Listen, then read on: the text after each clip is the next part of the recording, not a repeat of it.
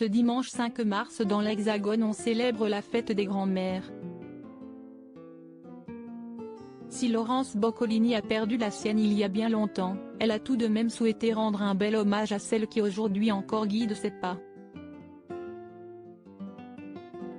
Laurence Boccolini n'est pas seulement la terrible animatrice à la cinglante répartie qui terrorisa autrefois les candidats du maillon faible.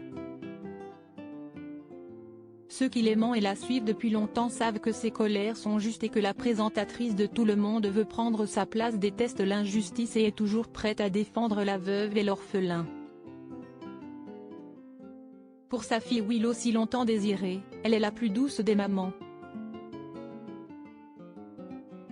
Et lorsqu'elle entr'ouvre les portes de son histoire familiale, s'y estie toujours avec tendresse et une grosse pincée d'humour, comme le jour où elle avait évoqué l'expérience américaine de ses arrière-grands-parents et de son grand-père, exilé dans l'État américain du Minnesota.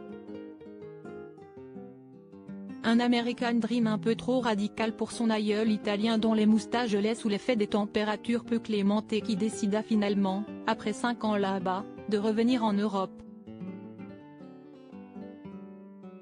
Je suis donc passée à ça de vivre à Walnut Grove et de tomber en courant dans les champs de Marguerite, avait-elle raconté avec humour. Ma manière à moi de la garder en vie. Mais en ce 5 mars, l'Hexagone célèbre ses grands-mères. Une fête qui a rendu Laurence Boccolini d'humeur mélancolique. Sur son compte Instagram, l'animatrice récemment endeuillée a pour une fois mis de côté son sens de la répartie, ravageuse, pour évoquer, avec nostalgie, une personne chère à son cœur, et depuis longtemps disparue. Chérissez vos grands-mères tous les jours, même si ce n'est pas leur fête. Serrez-la, dites-lui combien vous l'aimez et combien elle compte dans votre vie. A commencé la maman de Willow.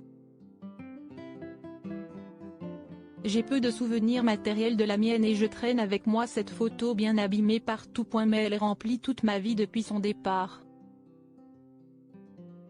Elle s'appelait Victoria et je l'aimais follement, la photo en est la preuve. J'avais 7 ans lorsque la maladie me l'a prise en quelques mois. Je pense à elle très souvent.